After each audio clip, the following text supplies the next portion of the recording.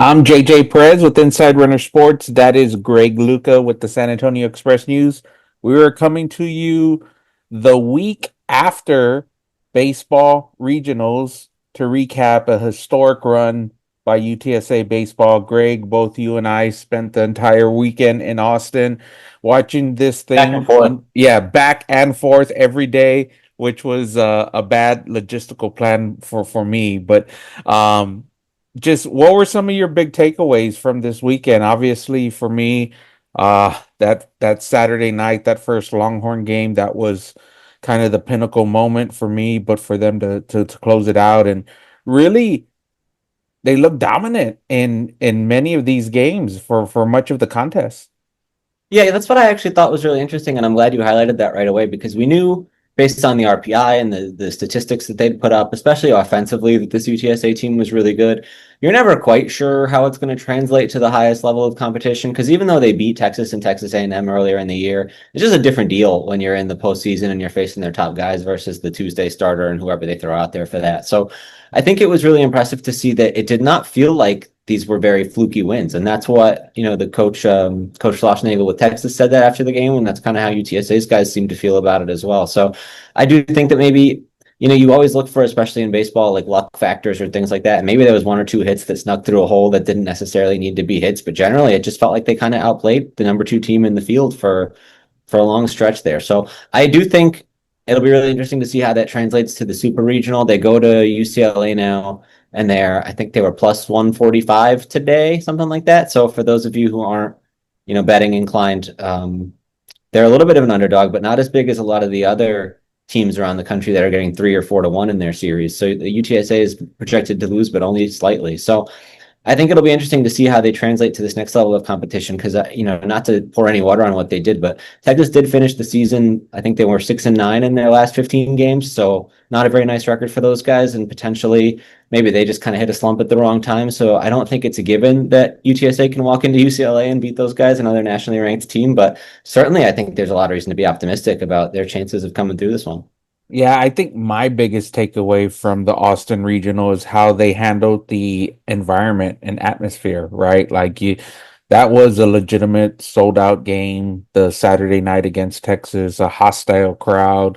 You know, it really felt like the game could hinge on any single pitch, maybe the last 3 or 4 innings that one game. And if that game goes the other way, I don't know if UTSA is still playing today, right? So for them to be able to handle that moment, and I mean, we could get into the weeds here a little bit, but I was also surprised of how the pitching came through, right? If there was one area this team, obviously the hitting, the homers, the RBIs, they're up there in the nation, but the way the pitching came through, especially down the stretch at the end of these games, I was taken aback by how good they were.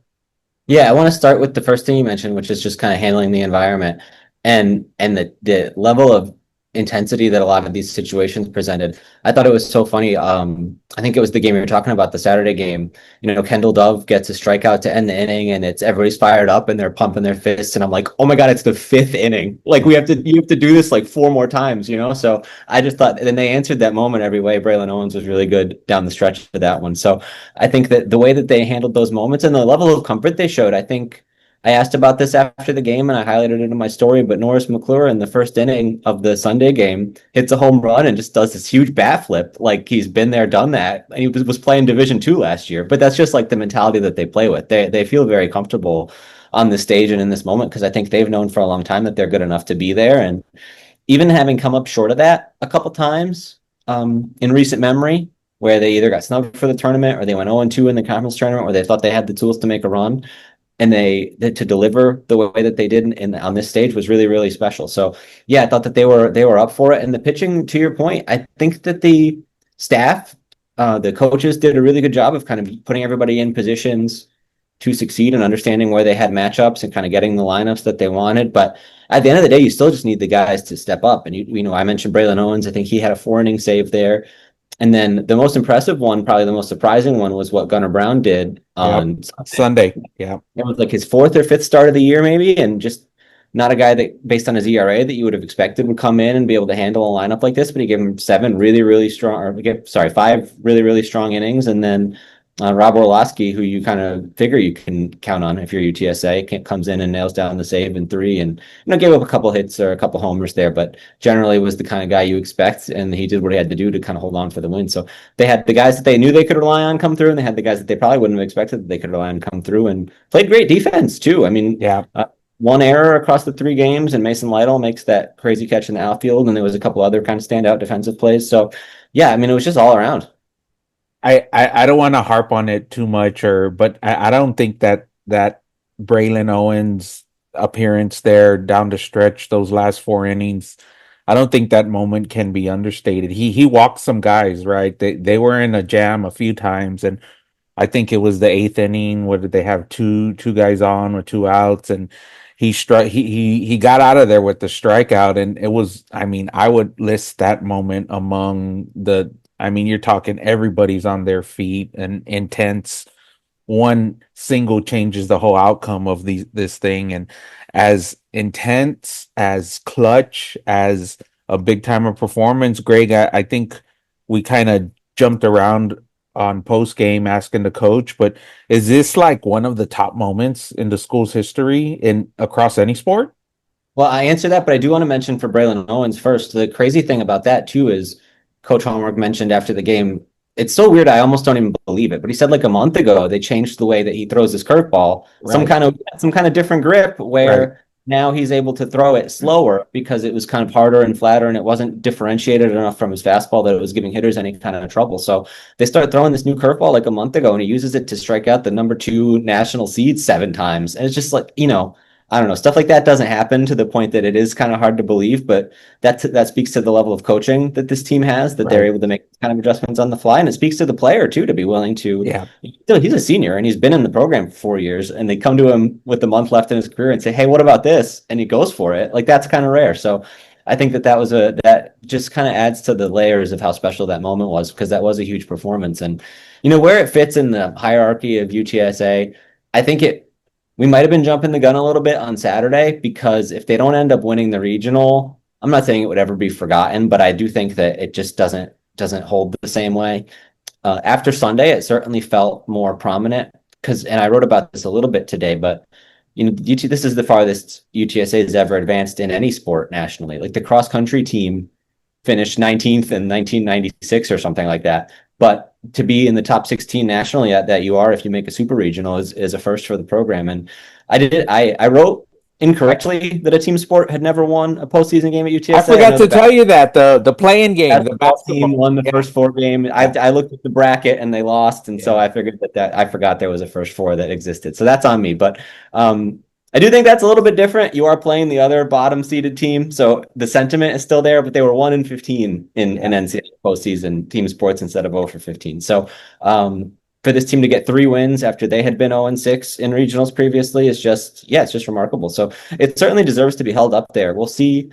The only thing that I would say is football is king, and I think what the team did when they went 11-0 and then ended up winning the conference championship, certainly that generated more national buzz, not just because it's football and because it was, I think they peaked with a higher national ranking than, I don't know how it would work if they rewritten now where people would put UTSA, but in some poll or other, the football team I think got as high as 15 that year. So that was a little bit ahead of where baseball is. And also I think maybe it's muted a little bit just because baseball doesn't get covered in the same way, but also because baseball has sort of seen this before. It wasn't that long ago that the last team in the field on Selection Sunday or Selection Monday or whatever it is ended up winning the national championship. So baseball is a little bit more prone to upsets where maybe this doesn't create waves the way another thing might. I mean, Murray State is the 4 seed Yeah. and they came out of the regional. So UTSA isn't even the Cinderella overall of the super regionals. But if they make the College World Series, I think then we really, really have to start comparing it to some of these football high points over the last couple of years. But I don't know, how do you stack it up?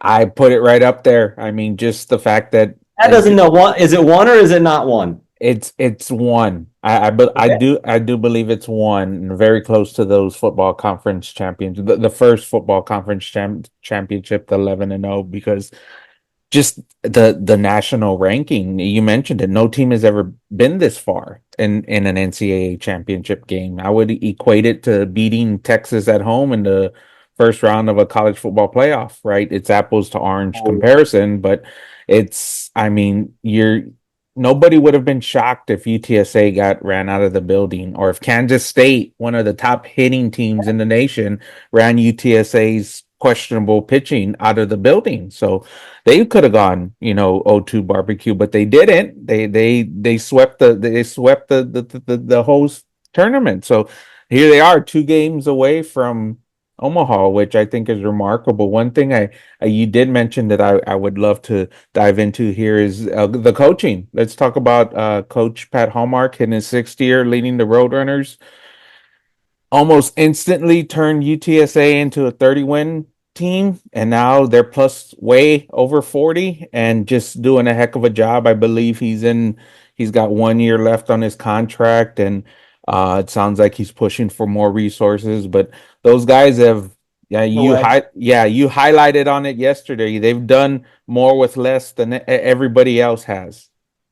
Yeah, and I think it just, he says some stuff that's really interesting. And I thought, after the game to be willing to talk about the 2 guys who left in the transfer portal and to say, we wouldn't be where we are if they were still here, something to that effect. That is the sentiment. I'm not taking him out of context there. I don't know if it's the exact wording or not, but generally to be willing to sort of be bold and say things like that, I think speaks to the level that the players sort of trust him and believe in him and believe in sort of what they've built, and that they embody that sort of the junkyard dog mentality that they talk about, which is like, it's the same thing as talking about football. It's hard to sort of go with the culture pillars because it all sounds great when you're winning and it doesn't sound as awesome when you're losing. But you see it on the field with all the stuff we talked about how they handle the moment. I think all plays into that, where they're just comfortable in any kind of environment and they're gritty and they're willing to make adjustments and they're willing to do different things. I mean, for James Taussig to go lay down that bunt in the 9th inning to squeeze home the runner. I just got off the phone with him. It was kind of his call and nobody else knew about it. And it was just something that they all sort of reacted to in the moment when they saw what was on the field. So that's, on an individual basis, just being attentive to the scouting report and locked in on what you need to do just to put team over self, or, however you would want to say it. And then they talk about, like, every game they have 3 physical things that they want to focus on and 3 mental things that they want to focus on. And this routine has just paid off for them. And we talked about the individual development with Brilan Owens, and you can see it just with some of the other guys. You look at the stats year over year. So, and even like, Coach said that in the game against Kansas State, they called the pitches from the dugout because this was a game where they had a really detailed plan for how they want to handle every batter. And I guess with the regional, you have a couple days to sort of know who you're playing first and put that together. But man, to be able to come up with a plan and then relay it as cleanly as they did and execute it as well as they did, I think they have the same thing for every opponent, every pitcher, every hitter. And I think that maybe I don't know if this is incorrect or not, but it feels like just because of that level of attention to detail and maybe how seamlessly you can relay it batter to batter or inning to inning, that the coaches have maybe a larger impact on the outcome than they do in a lot of other sports where the guys are just kind of out there for however long and then they come back to the sideline and have the opportunity for that communication. So it does seem like that the coaches have an outsized impact on the success that we've seen here. And I think, Hallmark and his staff deserve a ton of credit. You mentioned it. I don't know if you mentioned it, but it's been mentioned that they probably lost 2 of their best players from last year, right? And Yeah. I think they've shown this coaching staff to be good at recruiting. He's mentioned, they're not going to get the top tier guys in Texas that are going to go to the Blue Bloods, but they're going to get that next best guy, and they're doing it with almost no NIL support. They do have a little bit of NIL support from one of the collectives, but there isn't a big fundraiser that this program has. And you highlighted on how much they spend with their budget. It's among the bottom of all the teams in this super regional. So for them to continually punch out 30 wins and then take this step this year, I think it deserves it's a heck of a coaching job in addition to all the X's and O's and stuff you mentioned. I mean, you had, the associate head coach who had his wife gave birth to a daughter the morning of the day before, so he's running back and forth. So a really good coaching staff, and it seems like, if they could keep these guys together, like maybe this is not a 1 year occurrence. Yeah, and I don't know how the spending stacks up to like the rest of the league and stuff like that. I just thought it was relevant when we talk about this underdog narrative to see where they spend relative to everybody else, especially because they just got done with Texas, who probably spends more on baseball than anybody else. They were at like 11 something million, which is a crazy number. There's some severance payments baked into that one, I think. But regardless, it's just it underscores the magnitude of that upset, and I think it sort of helps paint the picture of what they're up against now. And it's an important time to be talking about the fundraising aspect. I mean, it always is, but with the House settlement, especially the way that they've changed the rules for baseball, is you can go up on scholarships. So I think in a lot of cases, schools are having to balance, and this is the same for a lot of the non-football sports, but I think particularly in baseball, because there's been probably the widest gap between the scholarship allotment and the roster number. It's, do we want to have NIL for our top guys? Do we want to put that towards more scholarships to be able to get a wider pool? It's like the same question football is asking with how to distribute the money, but at least with football, you have the scholarships. Like in baseball, you're just trying to get to that baseline, or even closer to it from where you've been traditionally, where it's like 11.7 or something. I forget what the exact number is. So just to distribute that among 30 something players versus being able to go above that number now. And it's not like UTSA is going to be able to scholarship the full roster. I don't think not many schools probably will do that outside the power conferences. So when you talk about like football needs more money for NIL, it could end up just going to one player. But if you can create some movement for baseball, it could give you 4 or 5 players just at like the baseline entry level to be able to provide that scholarship support, which I think is probably a lot more meaningful to. I mean, I think it's something that probably moves more donors. It's probably easier to get on board with the idea of just providing that basic level of support versus something that kind of feels a little bit more superfluous. And it's interesting when you talk to, I wonder if his tune has changed at all. But just a couple months ago, I talked to him about, and he went there with the conversation. I asked him, how does it feel to be in the top 25 in RPI? And he said, well, if we want to stay there, we need to start spending on this, this, and this. So he took the conversation that direction. Obviously, I leaned into it at that point, but he seemed more interested in the venue, the Roadrunner Field, than the NIL or even the scholarship component at that point because of what it means for recruiting, which is kind of like an outdated way to think about stuff. People don't talk about that, but when you're so far behind, I think that conversation has faded because a lot of people, especially like the power conference schools that are setting the narrative on a lot of this stuff, have reached a certain baseline where it's not as important for them anymore. And I think at UTSA, because the baseball field, they have a thousand capacity, at least I think is what they list, and there's nothing like he pointed like kind of an entryway, sort of a plaza, just something that says, hey, this is where a Division I baseball team plays. Like, and I have no idea what the cost would be on that sort of stuff. They do have a player development center that's sort of next on the list of projects, and they conveniently release some renderings as the team's doing really well, and they're trying to round up some support for that. So smart move by the people making those decisions. But I do think that he's kind of still thinking facilities over NIL and scholarships, but the fact that you need all those things just sort of underscores the potential impact of something like this if you can get some momentum that direction. So a lot of people who follow us, Greg, are football people, a little bit of baseball people, so are basketball people. I would say a lot of people are baseball noobs, right? I'm Yeah, I'm I'm sure. I'm pretty a baseball noob guy too. So let's just like clarify this. Probably a good portion of UTSA's roster are not on scholarship, or at least a full scholarship, right? Because that's just how the rules work in baseball. So that's your number one big challenge there, right? Making sure you could get good players on your roster, whether it's through scholarship, NIL, rev sharing, right? That's got to Right. be one of the number one hurdles, right? Yeah. So especially when the number we talked about was the 10 million over 3 years that the American Athletic Conference has sort of mandated that schools hit, and new scholarships would count within that. Yeah. So and even for the House settlement, when the bigger schools talk about the 20 point whatever million, I should have the number memorized by now, but I think 2.5 million of that can be made up of new scholarships and things of that nature, and that counts towards that cap. So every school is sort of doing the math of the scholarships versus the NIL versus the revenue sharing and how it all factors in. But baseball is one where everybody is going to have to, especially at the higher levels where they have the money to spend, are going to be looking at how do we scholarship everybody first, just because there has always been such a huge gap between the scholarship number and the roster number. The facility you talked about, they announced it, or they announced renderings I think we haven't seen before on Sunday, and it was that's something that's been in the works for a few years, right?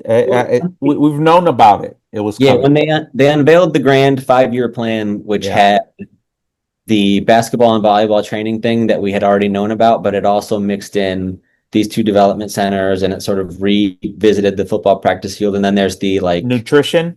yeah, Yeah, nutrition. I was looking for the yeah. word. I think those were the projects that are, and so baseball and softball are next on the docket. The baseball one, we haven't seen the softball ones because I think there was at the time at least there was some question of where it would be built. They're kind of on a sort of tight footprint over there. So, and I would imagine like Title IX wise, they want to do both of those at the same time. I don't think anybody's forcing them to, but I think it might be poor optics if they didn't. So, I mean, maybe the baseball success is an excuse. I don't want to I don't want to make it sound bad. Maybe that's a good reason to go forward with one or the other if donor intent pushes you that Right. direction. But but yeah, I think that would be a beneficial thing for them, obviously, to have, just because there's days I go out there to cover practice, and it's like I don't want to Brutal. be outside. Like, Yeah. and can we get me a little facility where I can do my indoor hitting and my indoor pitching? That would help me a lot. Yeah. So just to circle back, that's an existing facility that has, they're fundraising, they're trying to find a way to pay for it. So they're going to use this momentum to try and get that done. But to circle back to the coach's comments about the ballpark, a few years ago, they replaced behind home plate. They did some artificial turf stuff. They done some improvements. I think the next question is when is the rest of the ballpark? What are we going to see next? Yeah, well, and they did like the chairbacks or whatever, and I think the new broadcast setup was all part of this whole broadcast studio thing. But I think that has improved the presentation and some of the technology around there. And then you remember they ran the line through the outfield and like field exploded or whatever happened there, and they had to retool that. So I don't know if that was kind of just slapped together, but I mean it looks great out there. Like they have no complaints about the actual playing surface and the way that part works, but I don't even think there's like a proper, visitors locker room area. I think it's all just very kind of haphazard in that sense, or just sort of trying to get by. So, there's plenty that can be done out there. But at least the guys, I feel like the playing part is good, and the seating is at least sort of developing. They're taking those baby steps, like you said, and some of that stuff they just don't even publicize necessarily. We kind of have to ask about it, but people are into it. Like so and smartly, just like with the renderings, I think I got an email that 2026 season tickets are on sale now. So, if you guys want to start riding the wave, that's the way to do it. There's not a ton of seats available, so make sure you get in there. Yeah, I do think there could be more of a concerted effort here to push for maybe, hey, we have some plans to expand our seating to put more permanent seating in. I Yeah, I think, mean, if that's true, yeah, yeah, just to right, be safe. right. Yeah, so we'll see. We'll see if any of that comes to fruition, Greg. Um, what's next for the Roadrunners, the Super Regionals, UCLA, Los Angeles? I won't be going, you're going. What can you I tell us am about the going. Bruins?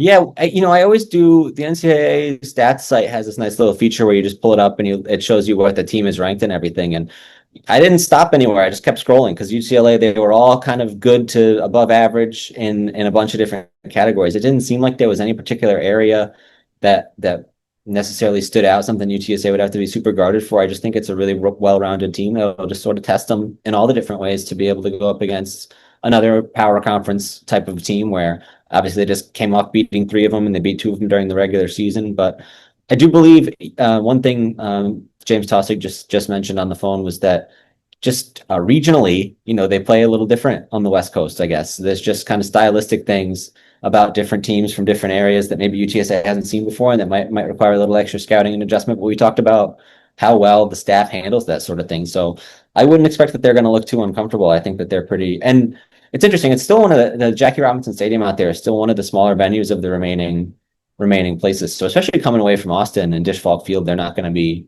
thrown off by the atmosphere, certainly.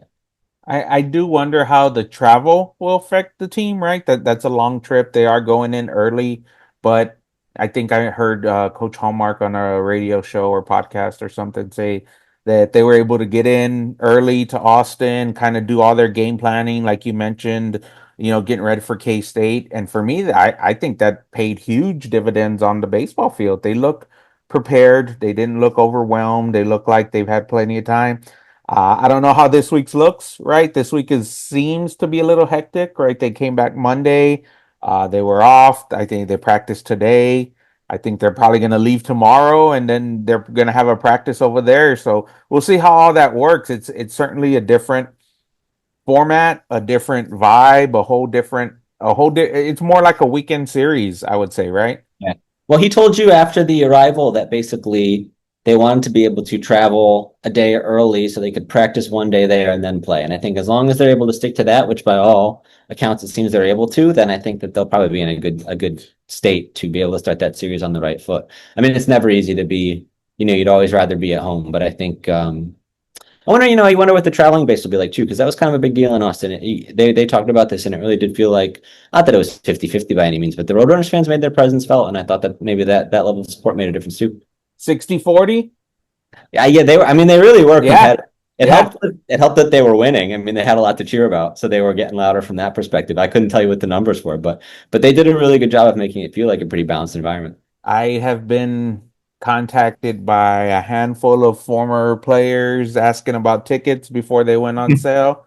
It does sound like there's going to be a pretty good group of Roadrunner fans out in California cheering this team on. So we'll see.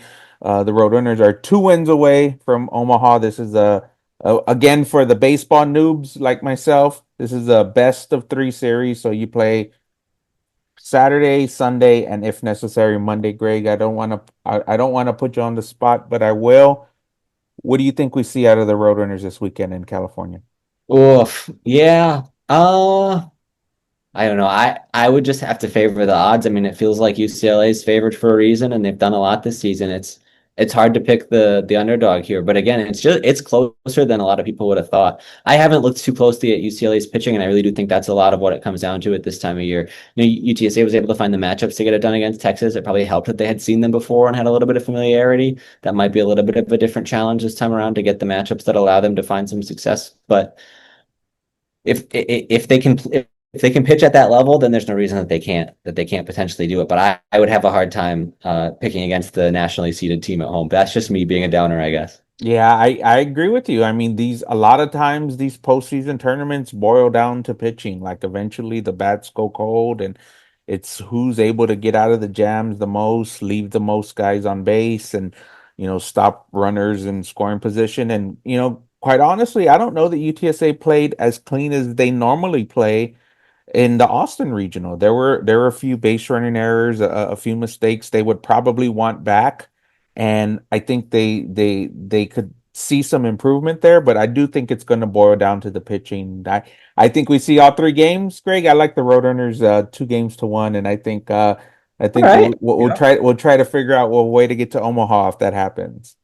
That would be nice. I think that would be a lot of fun. Obviously, it would be then you can put to bed the conversation of if this is the biggest UTSA accomplishment. I think that would take that by far. So yes, that would certainly be an interesting thing to be able to cover. I think you just wonder what I was told that uh the two stories of UTSA beating Texas were more read than any football story last season. So I think that this has certainly gotten some people's attention from that perspective, and I can only imagine the World Series would do a lot more. That being said, I mean beating Texas, gets the people riled up too, so that's probably part of it. But I think a super regional win and going to the World Series would be something that would really generate a lot of excitement. No, it's mainstream. I mean, you talk to people who love baseball kids, people who grew up playing the game. Like going to the College World Series is a bucket list thing Yeah. for people. Like it's World Series, it's everything. So yeah, I was talking with someone at the media availability. They're like, I've always wanted to go to the College World Series, and it may be UTSA who takes me there. So. Yeah, a credible opportunity. I think we'll see two more wins. It's not going to be easy, like as you said, slight underdogs. We'll see what the individual game lines come out at. But yeah, expecting UCLA to be a slight favorite there, and we'll see how it goes, Greg. I think we touched on everything. You got anything else? No, we did really good. I think we both kind of got on the bandwagon late here. I know I shouldn't speak for you, but I wasn't out there much until the last couple of weeks. And really, once everything else is out of the way, basketball and football and all that, and we're kind of on the through the spring practice and everything else, and we're really kind of locked in on baseball. It's like very easy to see why people sort of gravitate to this group and why they've had the success that they've had. So again, it won't be shocked if it continues. Yep, same here. Well, that'll wrap it up. Greg, enjoy your trip to California. We'll talk to you when you get back. I'm JJ Perez with Inside Runner Sports. That's Greg Luca with the Express News. Appreciate you guys watching. Thanks.